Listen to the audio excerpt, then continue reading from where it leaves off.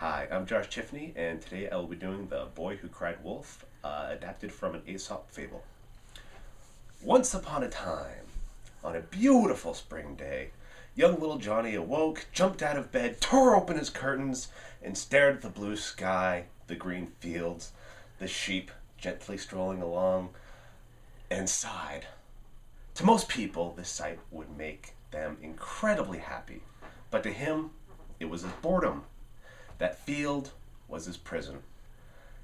Every day he had to go out to that field, sit on the same stone, stare at the same sheep, day after day after day after day.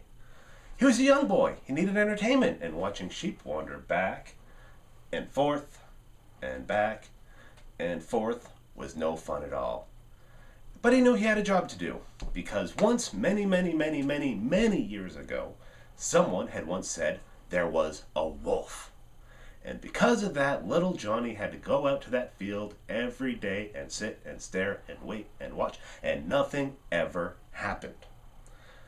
So this day, Johnny goes out to his field, finds his usual rock, has a seat, and starts watching the sheep go back and forth and back and forth.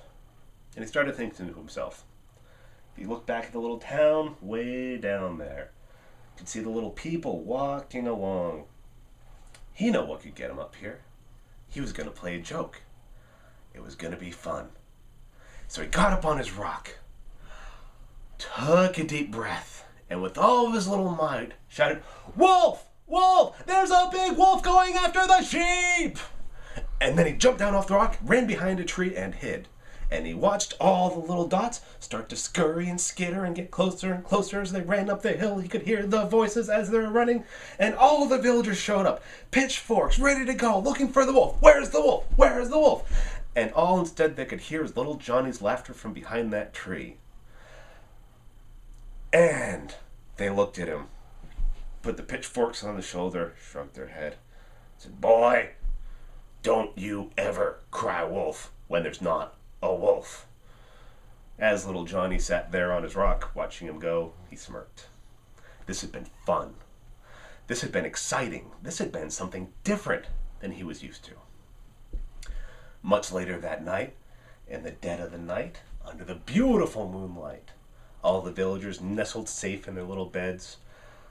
They heard the cry again, way off in the distance. "Wolf! Wolf!" They sprang up out of their beds. They grabbed their pitchforks. They ran up to the fields.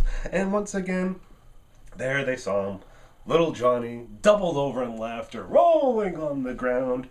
"I fooled you!" he was shouting and screaming as they were all grumbling and mumbling and looking at the peaceful sheep, just standing in the field with no wolf in sight. "Boy," they said, "you never, ever cry wolf." And they all turned and wandered back to the village, leaving little Johnny alone in the moonlight. Much later that night, at the few last minutes of night before dawn broke, little Johnny sat in his field, sat on his rock, and watched his sheep go back and forth. His eye caught one sheep, as he sometimes did, just watching him go back and forth and back, and then the sheep was gone. His eyes stared really tightly in the darkness, trying to make out a shape. The sheep had gone back, but it had not gone forth. And he listened really hard, and he heard a noise, and he heard the low. His heart started to beat really fast. He watched the sheep, who all seemed a little bit more nervous now. They were not just walking back and forth, they were stopped, looking over in one direction. Johnny looked over there, and he swore there he saw the two red eyes staring at him. "Oh my God, oh my God, oh my God," he thought. "It's here. It's actually here. I'm about to fulfill my purpose. There's a wolf, and I'm going to be the hero." He jumped up on his rock, and with all the might he could muster in his tiny little voice, he shouted, "Wolf! Wolf!"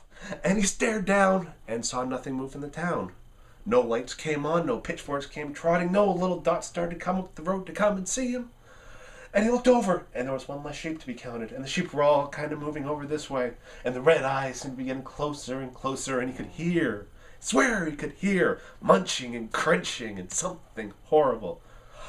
"Wolf! There's a wolf attacking the sheep!" he shouted, and again looked down and saw nothing. No lights, no movement.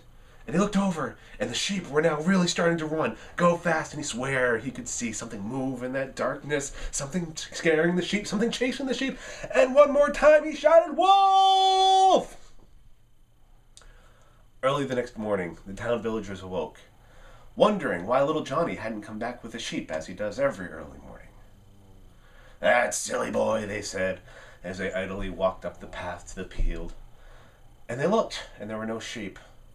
No sheep to be seen anywhere. They saw the signs of the struggle. They saw the upturned grass. They saw the fur that had gone flying. And behind the wall, they heard the little boy crying. The old man scooped down and picked little Johnny up and said, "Johnny, Johnny, what has happened? Where are the sheep?" And Johnny, tears spilling out of his eyes, his purpose in life had been destroyed, said, "There was a wolf.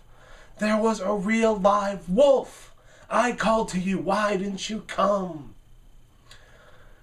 The man, having remembered his own youth all those many years ago, spent many aborting days down in those fields, gently picked up Johnny to comfort him and said, "Don't worry, boy. This afternoon we'll go find those sheep in the fields. And remember, whenever you're a liar, even if you tell the truth, people will believe you're lying. So remember, never cry wolf." Thank you.